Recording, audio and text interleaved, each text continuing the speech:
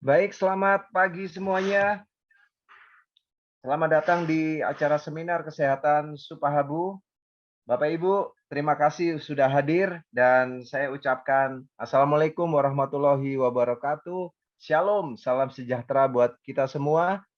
Baik, siang hari ini atau pagi hari ini kita akan membahas tentang masalah seputar persendian ya. Tiba-tiba mungkin sendi kita terasa nyeri dan memerah. Nah, itu jangan dibiarkan. Bisa jadi itu adalah gejala radang sendi, Bapak Ibu. Dan itu bisa menyebabkan banyak hal yang merugikan kita. Ya, contohnya membuat sendi menjadi kaku dan sulit digerakkan. Nah, menurut data kesehatan yang dipublikasikan oleh The National Health Service, penyakit radang sendi atau disebut mungkin umumnya adalah kita tahu osteoartritis ya, itu umumnya banyak dialami pria dan wanita yang berusia di atas 40 tahun dan wanita lebih mungkin 3 kali ya, itu lebih besar kemungkinannya untuk mengidap kondisi ini ketimbang para pria. Nah, radang sendi ini atau disebut juga dengan artritis adalah suatu kondisi di mana terjadi peradangan atau inflamasi pada satu atau beberapa sendi. Nah, lalu bagaimana pencegahan dan solusinya? Pagi hari ini kita sudah kedatangan narasumber yang luar biasa, ya. Beliau adalah seorang dokter, beliau adalah Dokter Maria Agustiani Simamora. Oke, tidak memperpanjang waktu kita untuk mendengarkan info yang bermanfaat untuk kesehatan kita dan kerabat kita, keluarga kita sambut Ibu Maria, Dokter Maria. Silakan Dokter Maria. Iya, halo selamat pagi semuanya. Selamat pagi Pak Eko, terima kasih atas sambutannya. Pagi ini kita akan membahas tentang persendian ya, Pak Eko, betul? Ya, betul. Iya, semoga semuanya sendinya sehat semua ya. Halo, Ya, silakan oke, Dokter Maria. suaranya terdengar baik ya? Baik, baik sekali. Oke, Seperti Ibu oke, Maria terlihat baik sekali. terima kasih atas pujiannya. Oke, saya mulai aja ya. Assalamualaikum warahmatullahi wabarakatuh, salam sejahtera untuk kita semua, Om Swastiastu. Hari ini kita akan membahas tentang, penyakit pada persendian, yang paling sering terjadi yaitu osteoartritis. Oke, eee, halo Pak Eko? Ya, oke Ya, silakan. oke. Eee, Osteoartritis itu merupakan jenis artritis atau radang sendi yang umum terjadi dan banyak dari kita tuh, merasakan itu gitu, terutama pada perempuan dengan usia yang lanjut. Oke. Osteoartritis ini, biasanya menyerang sendi-sendi, eee, yang paling banyak itu di area ekstremitas bawah atau, eee, terutamanya di bagian kaki gitu ya, mulai dari, pinggul sampai dengan, telapak kaki. Oke. Kemudian, eee, dampak dari osteoartritis ini itu, eee, mengurangi, kualitas hidup pada pasien tersebut, kemudian biasanya tuh masih, eee, jarang diperhatikan gitu. Nah, kemudian untuk, mendiagnosa osteoartritis ini sangat penting agar, mendapatkan terapi yang benar, yang sesuai dan, bisa mengatasi nyerinya terutama, gitu. Oke, next. Oke. Nah, eee, kita mulai dari anatomi dan fisiologi, tulang. Oke. Eee, kita tahu bahwa tulang itu, eee, terdapat, otot di sekitarnya, terdapat juga, celah sendi, begitu ya. Kemudian, eee, tulang ini merupakan alat gerak yang paling penting di tubuh kita dan jika terjadi masalah di tulang itu akan mengakibatkan semua, tubuh kita pun akan berdampak, begitu. Kemudian, kita akan lanjut ke definisi definisi epidemiologi sorry, oke. Eee, berdasarkan sorry Pak Eko, boleh langsung aja ke oke. Nah, ini dia, fungsi tulang. Fungsi tulang itu, untuk tubuh kita itu yang pertama adalah mendukung jaringan tubuh dan memberikan postur tubuh terutama. Kemudian yang berikutnya, tulang itu melindungi organ tubuh di sekitarnya, misalnya jantung, otak, dan paru-paru, dan juga, jaringan lunak sekitarnya. Oke, yang berikutnya fungsi tulang, itu memberikan pergerakan. Seperti saya bilang tadi, eee, pergerakan itu terjadi, karena, tulang dan kontraksi dari otot-otot di sekitarnya. Kemudian yang berikutnya, fungsi tulang juga membentuk sel-sel darah di dalam sumsum tulang belakang, disebut dengan hematopoiesis. Kemudian fungsi tulang yang lainnya yaitu menyimpan garam mineral, misalnya kalsium dan juga fosfor. Oke, next. Oke, seperti saya bilang tadi, osteoartritis itu merupakan gangguan sendi yang kronis disertai kerusakan tulang rawan sendi, diikuti dengan, terjadinya, proses osteofit dan fibrosis pada kapsul sendi. Oke, osteoartritis ini timbul akibat, penuaan atau usia, kemudian trauma, dan akibat kelainan lainnya. Keadaan ini tidak berkaitan dengan faktor sistemik ataupun infeksi. Next. Oke, ini gambaran, apabila terjadi kerusakan pada tulang subartikuler, meningkatnya tekanan pada titik tertentu pada tulang rawan, sehingga beban yang diterima pada daerah tersebut berlebihan atau terjadi kerusakan tulang rawan sendi eee, oleh karena suatu hal dan yang dapat menyebabkan osteoartritis. Oke, bisa next aja. Oke. Berdasarkan epidemiologi, osteoartritis ini kita kita singkat jadi OA ya. OA itu, umumnya terjadi di area lutut. Oke. Biasanya, di Indonesia ini berdasarkan pengalaman saya, itu kasus yang paling banyak itu pada pria sebesar kurang lebih 15,5% lah ya, dan, 12,7% pada wanita. Oke, diperkirakan 1 sampai 2 juta orang lanjut usia di Indonesia menderita cacat karena osteoartritis. Pasien osteoartritis ini biasanya mengeluh, rasa nyeri, pada saat melakukan aktivitas tertentu atau jika, ada, aktivitas untuk mengangkat beban yang terlalu berat. Kemudian jika, eee, gejala ini semakin memberat dan terus-menerus, itu akan, mengganggu mobilitas, si pasien. Oke, lanjut. Oke, berdasarkan penelitian dari Velson pada tahun 2008 melaporkan 1 dari 3 orang dewasa memiliki tanda-tanda radiologis terhadap osteoartritis. Osteoartritis pada lutut merupakan tipe yang paling umum dijumpai. Oke, berdasarkan, penelitian dari Jordan et al. Pada tahun 2010, eee, kejadian osteoartritis ini terjadi pada orang dewasa dengan kelompok umur, rentang antara 60 sampai 64 tahun kurang lebih sebanyak 22%.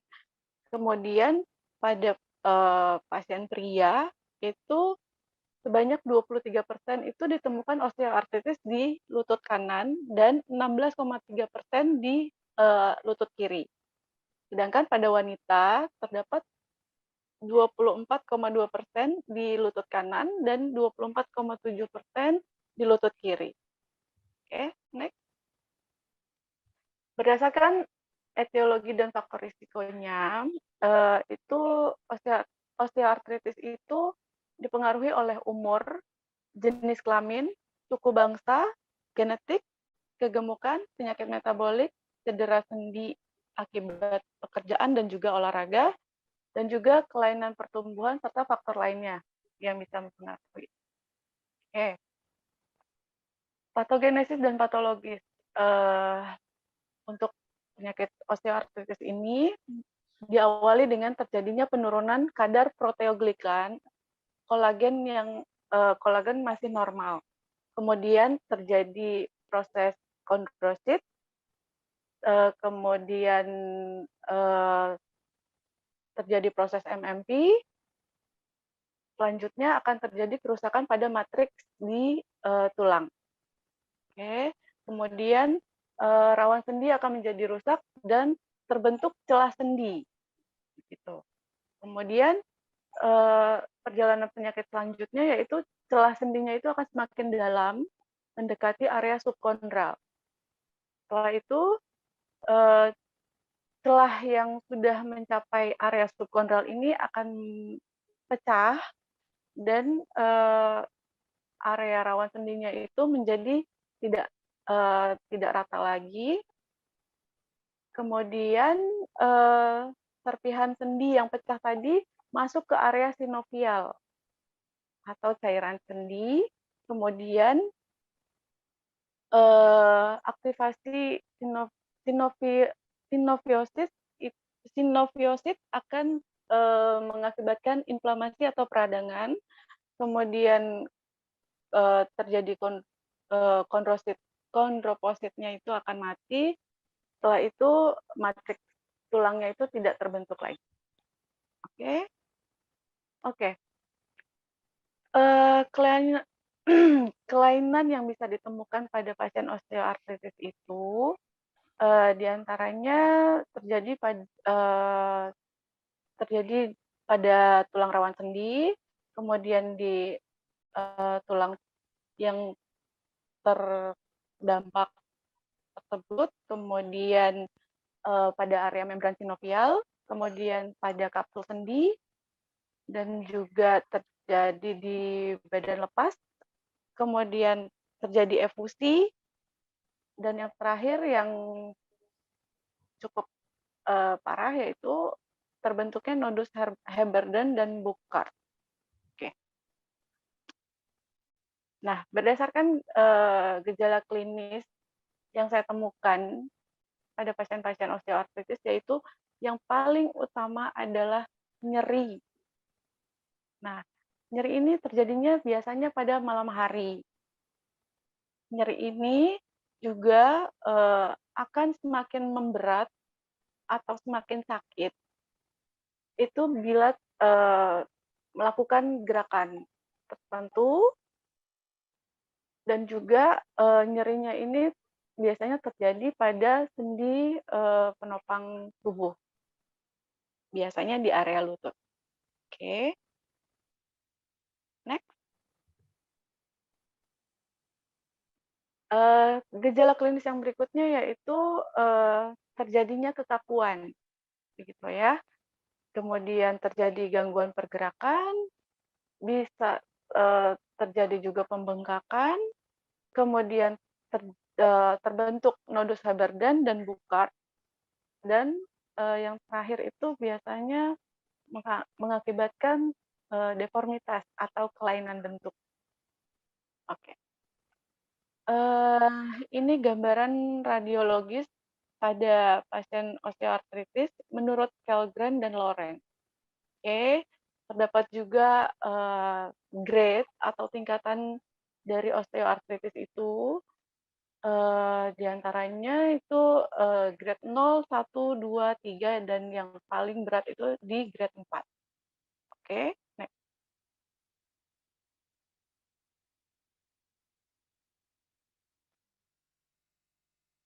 Ya, ini gambaran foto ronsen, eee, pada pasien-pasien osteoartritis. Kita bisa lihat ada, panah yang menunjukkan bahwa, pada gambar yang sebelah kiri itu, menunjukkan celah sendi yang semakin menyempit. Oke, kemudian, eee, ada juga gambaran, dari sisi samping, begitu ya. Eee, Kemudian juga, yang paling parah itu celah sendinya tuh sudah, menyempit sekali ya, gitu. Oke, next aja. Oke. Nah, ini gambaran, osteoartritis pada, jari-jari tangan ya. Oke, bisa terjadi juga di jari-jari kaki. Ya, next Pak Eko. Nah, ini gambaran, eee, lutut, area lutut yang normal, dan di sebelahnya itu ada gambaran lutut yang sudah mulai, terjadi pembentukan osteofit dan sudah terjadi penyempitan celah sendi pada sendi tungkai. Oke, next. Iya, osteofit pada sendi, ini yang ditunjukkan oleh, panah merah ini, itu sudah terbentuk, osteofit pada sendi jari tangan. Oke, kemudian oke, ini gambaran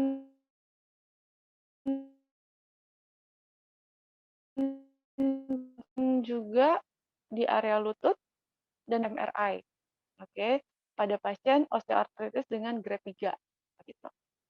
Oke, oke. Eee, jadi pada pasien osteoartritis itu kita bisa diagnosa berdasarkan, pemeriksaan fisik, berdasarkan ronsen, kemudian, bisa ditambah dengan pemeriksaan laboratorium. Untuk pasien osteoartritis itu pemeriksaan laboratorium yang bisa, eee, menunjukkan itu adanya, eee, laju endap darah, gitu ya. Ada juga pemeriksaan laboratorium untuk rheumatoid factor, untuk membedakan dengan, rheumatoid arthritis. Kemudian, bisa dilakukan juga pemeriksaan laboratorium untuk analisis cairan sinovial, dan juga pemeriksaan, CRP atau C-reactive protein. Kemudian pemeriksaan lain yang bisa dilakukan yaitu, petanda atau marker. Next. Oke, eee, ada penyakit-penyakit lain selain osteoartritis, tapi juga menyerang di, area sendi. Di antaranya yaitu, rheumatoid arthritis dan juga gout. Oke, berdasarkan gambaran, eee, daerah yang terkena, pada, osteoartritis itu, sendinya itu yang terkena itu biasanya mulai seperti saya bilang, mulai dari pinggang sampai dengan, eee, kaki, area, telapak kaki ya, yang banyak itu di area kokse atau, panggul, kemudian di area genu atau area lutut, kemudian di area tulang belakang atau vertebrae. Kemudian, mmm, gambaran pada, osteoartritis itu celah sendinya itu akan menyempit.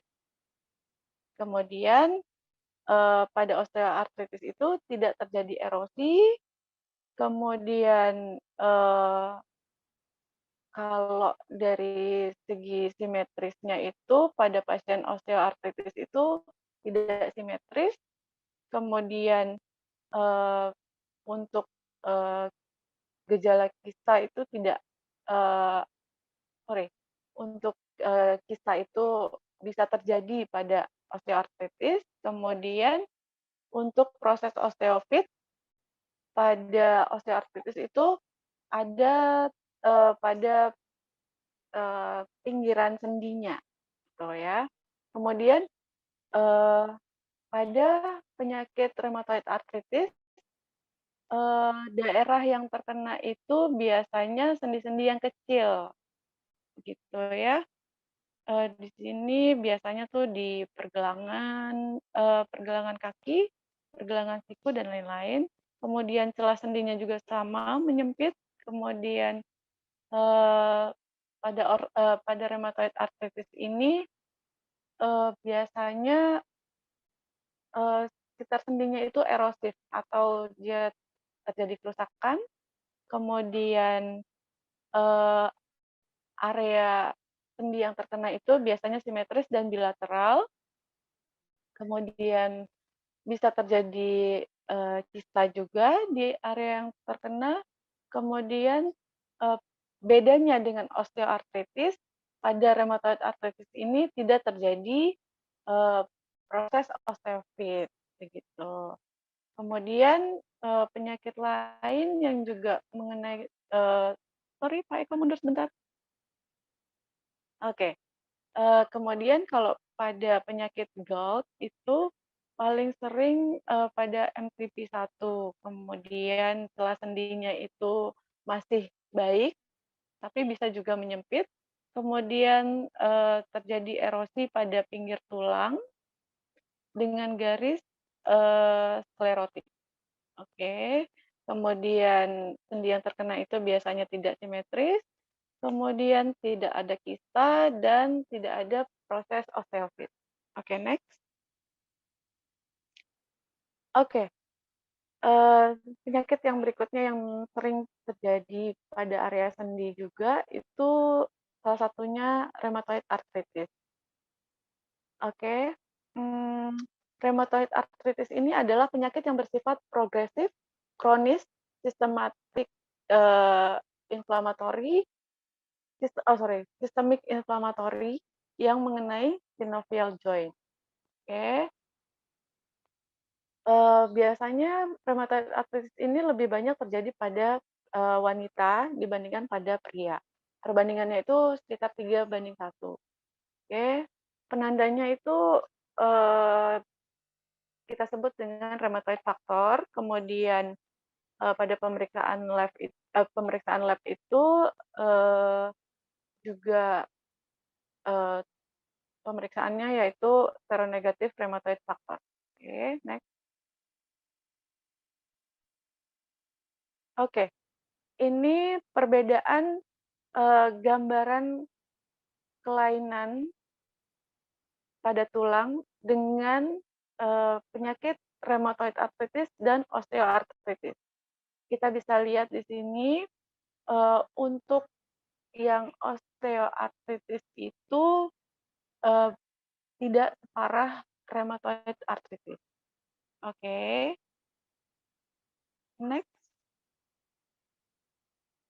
Oke, untuk penata laksanaan pada pasien, eee, osteoartritis dan rheumatoid arthritis itu biasanya, bisa dilakukan, dengan terapi non farmakologis, dibantu juga dengan, terapi farmakologis, dan yang terakhir jika sudah tidak, bisa diperbaiki dengan farmakologi dan non farmakologi itu biasanya dilakukan tindakan pembedahan.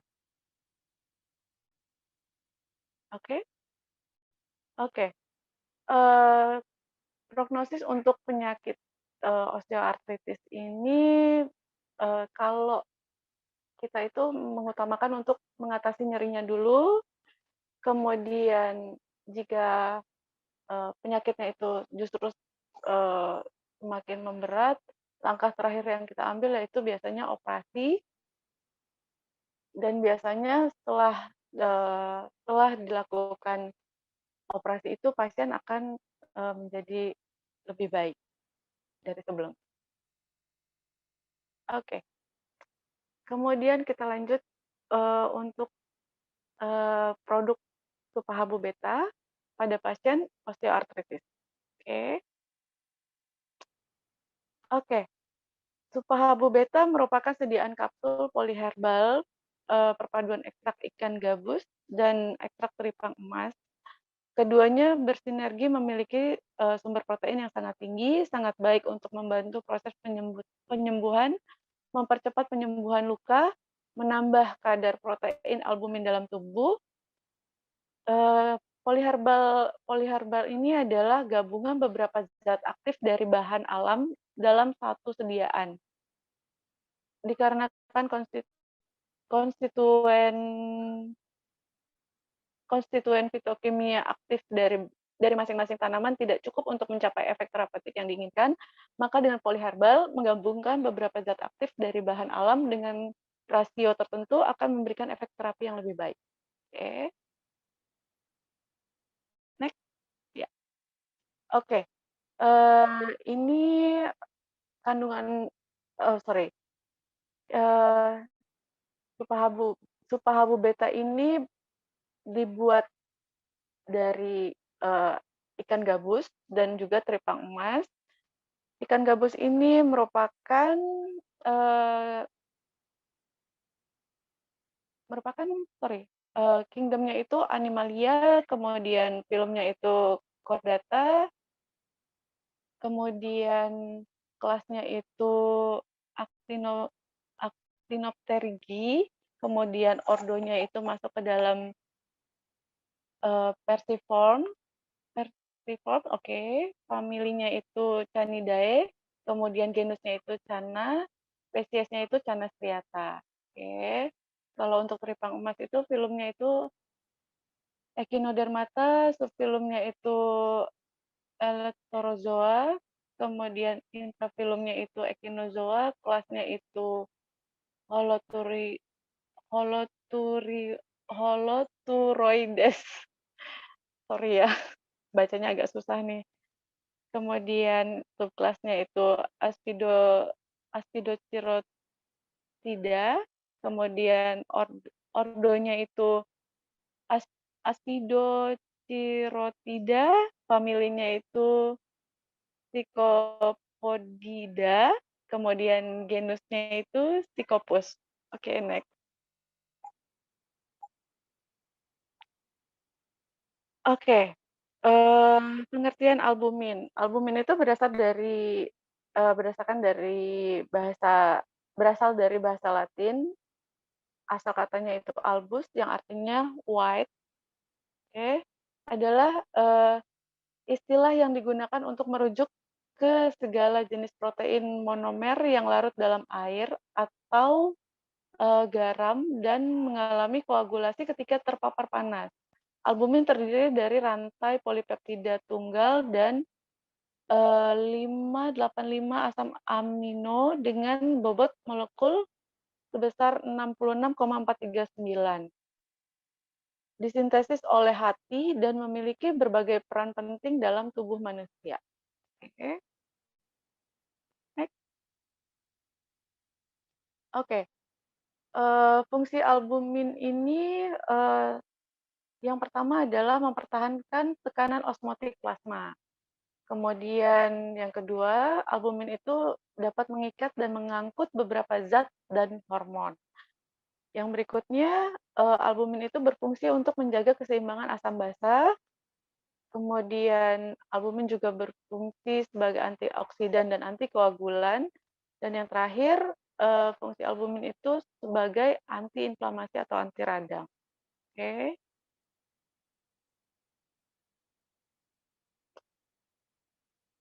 Oke, eee, ini jurnal yang, menunjukkan bahwa peran albumin dalam mempertahankan tekanan osmotik plasma.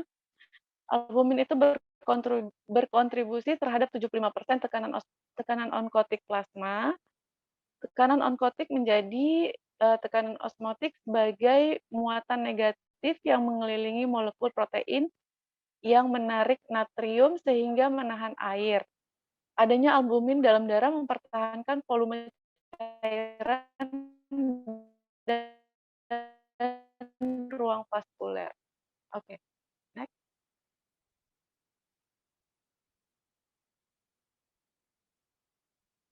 next Pak Eko. Oke oke. Kemudian, fungsi albumin yang selanjutnya yaitu untuk mengikat. Sorry Pak Eko, mundur sedikit.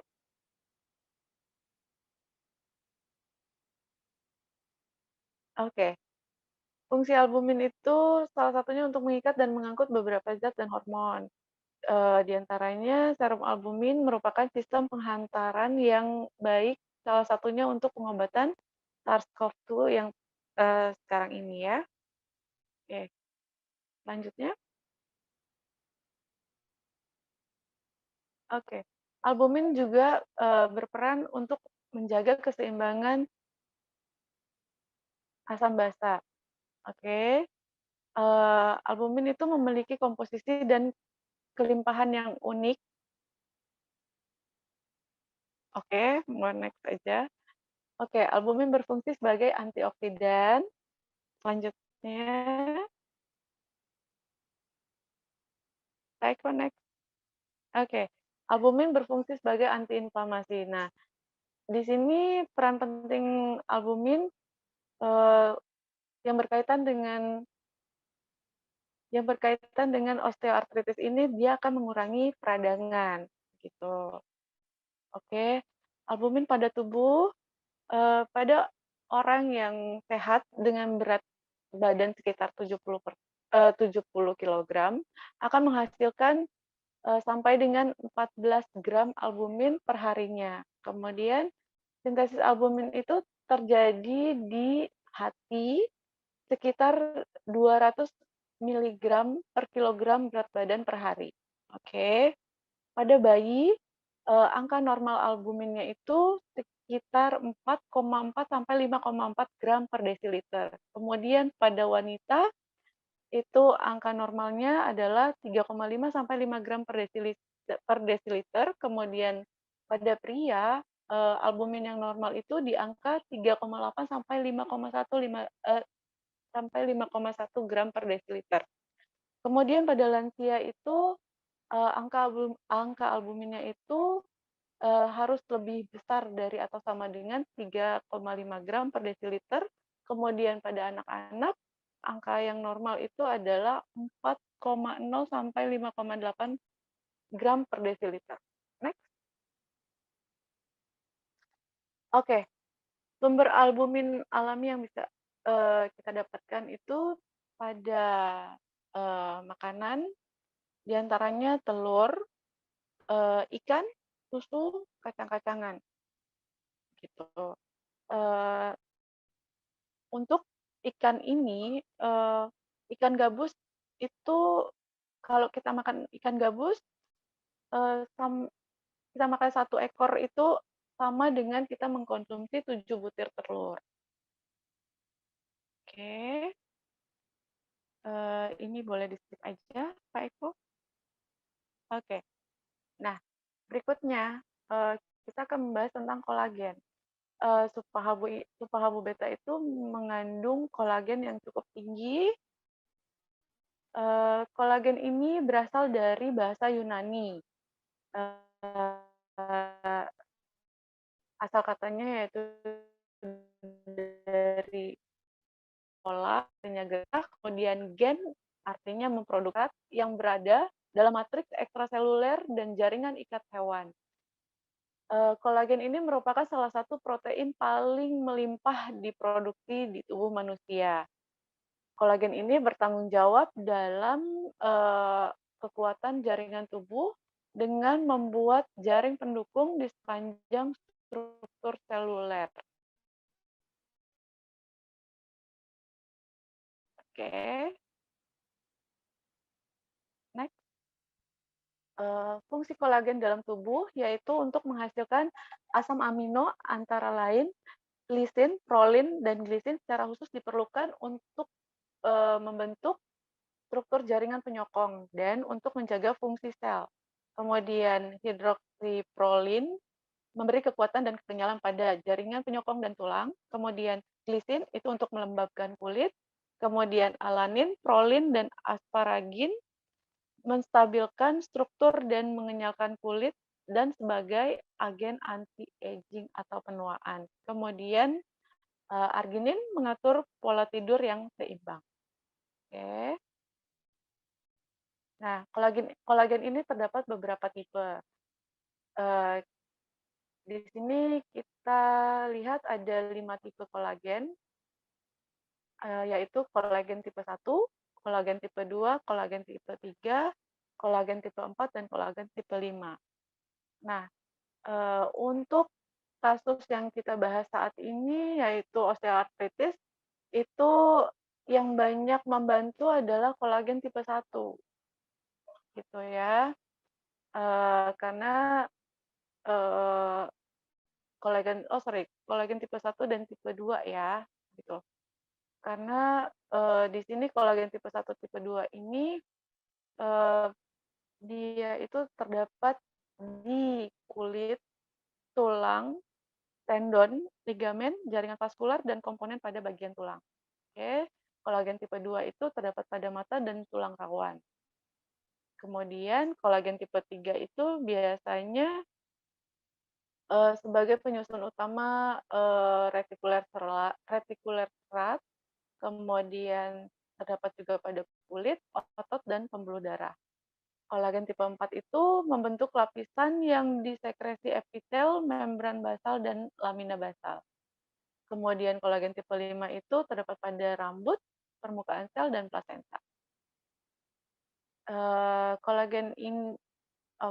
Sumber kolagen yang bisa kita temui itu pada kulit sapi, kulit babi, sumber nabati, organisme laut, dan organisme laut. Oke, organisme laut menjadi salah satu alternatif sumber kolagen yang berdampak baik terhadap kesehatan dan halal. Karena selain digunakan sebagai bahan pangan, juga banyak digunakan sebagai bahan biofarmaka.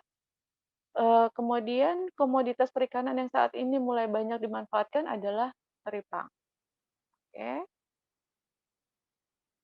Oke, kita akan membahas tentang Psychopus variegatus atau teripang emas.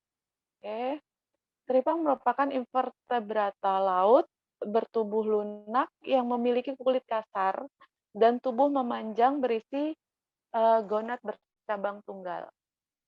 Oke, next. Oke,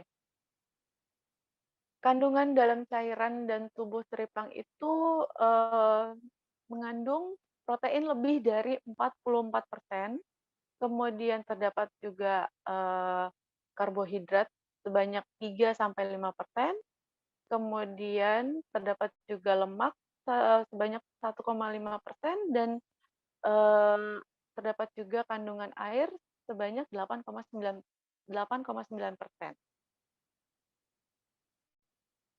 Oke.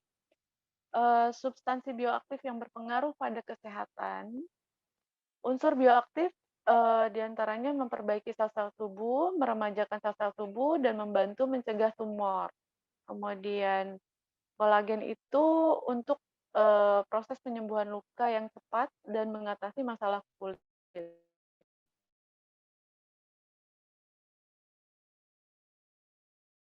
Kemudian mukopolisa meningkatkan elastisitas kulit atau jaringan ikat yang penting untuk kesehatan sendi. Kemudian kondroitin sulfat dan glukosamin itu meredakan peradangan, meredakan nyeri, dan memperkuat sistem pertahanan tubuh, menurunkan kadar kolesterol dalam.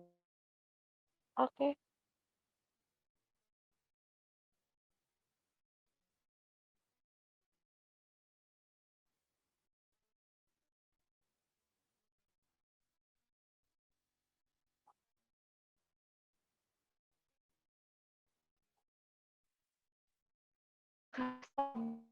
beta ini terdiri adalah Psychopus variegata itu ekstraknya sebesar 250 miligram. Kemudian ekstrak Tanas striata itu sebesar 250 miligram juga.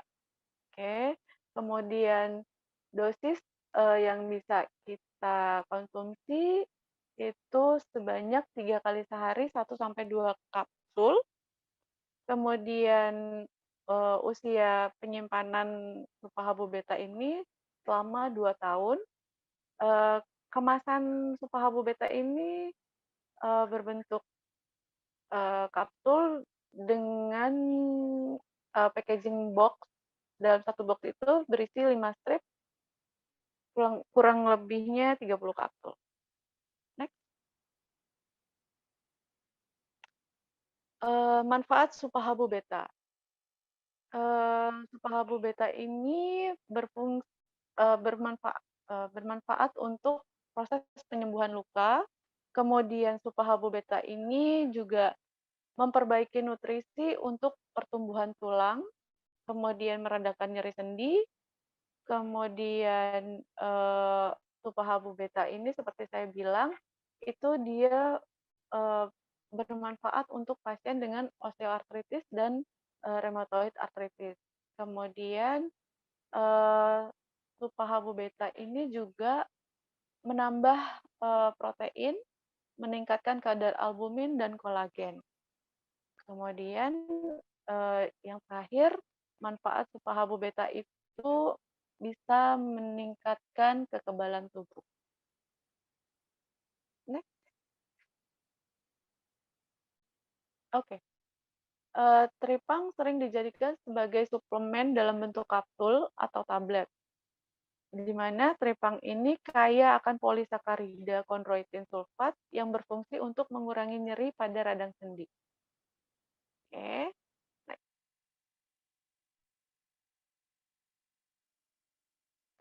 Untuk osteoartritis, mekanisme kerja glukosamin adalah menghambat sintesis glukosaminoglikan dan mencegah destruksi tulang rawan.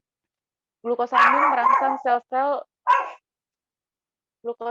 merangsang sel-sel tulang rawan untuk pembentukan proteoglikan dan kolagen yang merupakan protein esensial untuk memperbaiki fungsi persendian.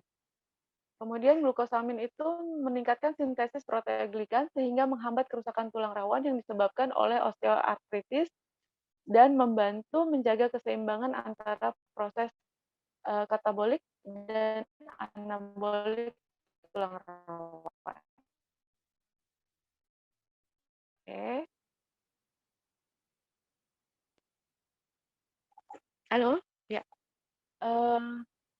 Tripang ini mengandung kondroitin, mukopolisakarida, dan glukosamin. Memiliki keuntungan pada gangguan artritis, di mana tripang ini bermanfaat dalam menjaga keseimbangan prostaglandin, sehingga membantu dalam pengobatan gangguan inflamasi muskuloskeletal seperti osteoartritis, rheumatoid arthritis, dan radang sendi tulang belakang. Oke. Ya. Tripang merupakan organisme laut yang mengandung sumber kolagen halal. Kolagen itu dapat digunakan sebagai komponen penyusun gigi, otot, tulang, dan lapisan kulit. Oke. Tripang itu mengandung kalsium, sodium, fosfor, kromium mangan, besi, seng, dan vanadium yang berperan dalam meningkatkan kesehatan tulang seperti mencegah osteoporosis, penyembuhan patah tulang, kemudian untuk proses penyembuhan luka, omega 3 merupakan nutrisi yang penting bagi tubuh.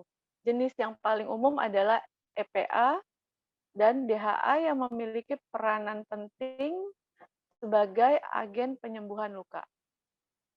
Oke. Teripang emas mengandung bahan bioaktif yang cukup besar. Salah satunya adalah glikosaminoglikan. Glikosaminoglikan ini seperti kondroitin sulfat dan heparasulfat memiliki efek positif pada proses penyembuhan luka. Oke. Untuk aktivitas lainnya, selain nilai gizinya, teripang juga merupakan sumber penting metabolit, terapeutik, dan bernilai medis dengan anti kanker, antikoagulan, antimikroba, antioksidan, dan bioaktivitas antivirus. Oke. Nah, pertanyaannya, bisakah supahabu beta untuk peremajaan kulit? Ya, kita akan bahas sedikit ya. Jadi supahabu beta ini selain untuk mengurangi nyeri sendi, itu juga berfungsi untuk anti aging gitu. Perlu kita tahu bahwa supahabu beta ini bisa bekerja aksi ganda. Selain selain untuk penyembuhan pada radang sendi yang saya sebutkan tadi, itu juga berfungsi sebagai anti aging yang bertujuan untuk memperlambat atau mengurangi tanda-tanda penuaan yang muncul pada tubuh. Mengingat supahabu beta ini mengandung peptida kolagen yang mana kecepatan dalam absorpsi dalam tubuh itu 10 kali lipat dibandingkan kolagen biasa. Oke, next.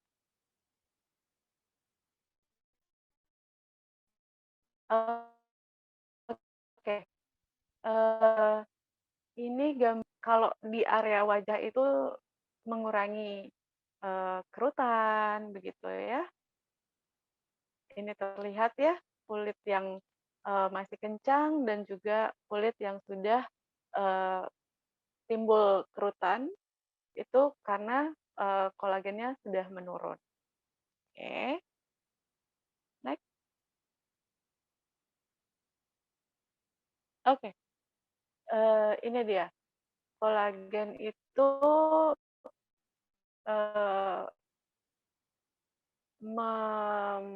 memperlambat ya.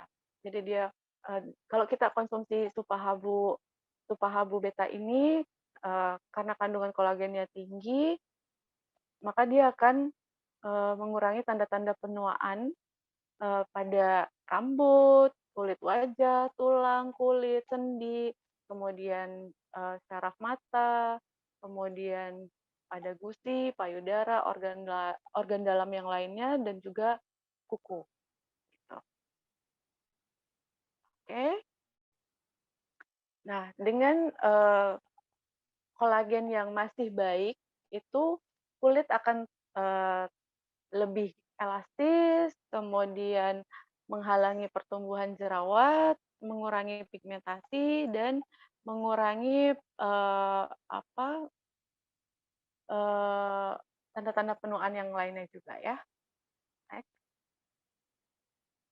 Oke, kesimpulan dari supahabu beta ini yaitu supahabu beta diproses dengan menggunakan bahan baku yang sudah terstandar mutu, kualitas, keamanan, dan efikasi. Gitu. Kemudian bahan aktif utama dalam produk supahabu beta ini adalah ekstrak ikan gabus dan teripang.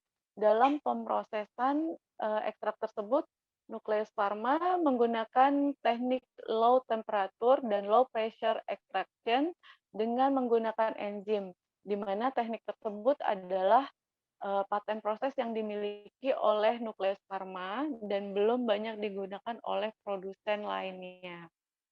Jumlah paten yang sudah ada sejumlah 2, yaitu paten nomor P00201903 952 dan P002019075575.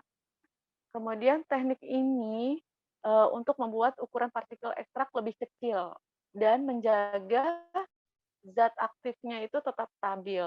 Kemudian paten proses ini menggunakan reaksi enzimatik yang dapat memutus ikatan protein lebih aktif sehingga sistem sistem penghantaran obat tercapai dengan baik ke sel target. Oke, next. Oke.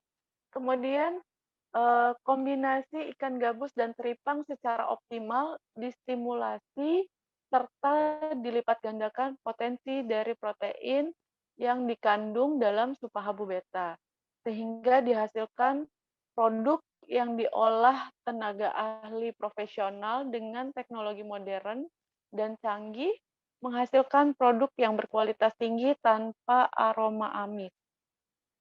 Penggunaan supahabu beta sebagai sumber albumin dan kolagen tepat digunakan untuk mempertahankan onkotik plasma dan membawa molekul metabolit obat ke dalam sel. Kemudian albumin merupakan bagian dari protein plasma darah yang memiliki banyak peran seperti mengatur tekanan osmotik darah, menjaga keseimbangan cairan dalam tubuh, dan membantu memperbaiki kerusakan jaringan sel di dalam tubuh. Kemudian kolagen merupakan protein utama dalam kulit, tulang, tendon, tulang rawan, dan jaringan ikat. Kolagen juga membantu mengganti dan memulihkan sel-sel kulit mati, membentuk jaringan fibrosa agar sel-sel baru dapat tumbuh. Oke, next. Supahabu beta ini bisa digunakan untuk pasien dengan nyeri sendi tahap 1, kemudian pada pasien osteoartritis dan rheumatoid arthritis, kemudian bisa juga digunakan sebagai asupan untuk kecantikan kulit dan wajah karena berperan menghambat produksi enzim tirosinase atau penghasil pigmen melanin. Oke, next. Oke, sudah selesai untuk presentasi materinya. Sedikit cerita dari saya. Halo, Pak Eko? Ya, silakan. Iya, iya, saya mau bagi cerita sedikit. Jadi kasus ini sebetulnya nggak jauh-jauh ya, terjadi terjadi pada mama saya sendiri gitu. Mama saya itu usianya sekarang 59 tahun. Beliau itu memang gemuk ya gitu. Biasa kan perempuan tuh kalau sudah melahirkan tuh apalagi melahirkan banyak anak itu pasti akan bobot tubuhnya tuh besar gitu kan. Nah, jadi mama saya ini kurang lebih 4 tahun lalu ya, 4 tahun lalu itu eee, mengalami osteoartritis gitu di kedua lututnya. Saya sudah coba untuk diet, sarankan untuk diet, tapi memang kalau pada apa ya, orang dengan usia lanjut itu masalahnya adalah metabolismenya menurun. Jadi kalau kita diet itu tetap tidak akan maksimal, tidak seperti pasien dengan usia 20, 30 tahun itu biasanya diet sebentar aja udah langsung turun gitu. Tapi kalau untuk pasien-pasien dengan usia di atas 40 tahun itu akan sulit sekali menurunkan berat badan. Alhasil, mama saya ini osteoartritisnya berkembang terus, makin berat sampai akhirnya lutut yang sebelah kanan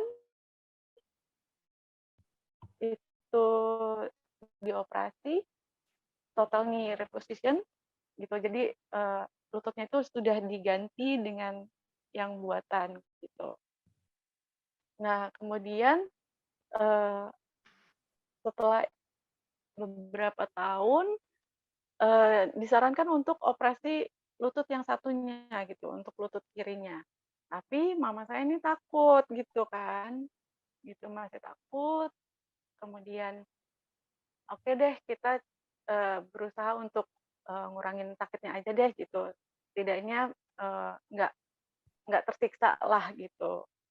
Nah, kemudian, eee, baru saya tahu, eee, Supahabu Beta ini, terus saya sarankan mama saya untuk minum itu gitu ya, dan sekarang mama saya tuh sakitnya sudah berkurang, tapi memang, eee, sudah tidak bisa maksimal lagi karena memang sudah terlalu berat ya gitu, tingkat keparahan penyakitnya. Jadi setidaknya dengan Supahabu Beta ini, mama saya jadi lebih, apa ya, tidak kesakitan gitu, karena kalau misalkan, pasien dengan osteoartritis ini sakitnya itu luar biasa gitu kan, bahkan untuk bangun aja itu susahnya luar biasa gitu, dan itu yang bikin kita, gimana ya caranya gitu untuk mengurangi sakitnya gitu. Untuk pasien-pasien yang takut dengan operasi biasanya tuh udah kebingungan deh gitu. Nah, Supahabu Beta ini tuh, membantu sekali untuk mengurangi, nyeri peradangan di lututnya itu, gitu. Itu aja sih. Terima kasih.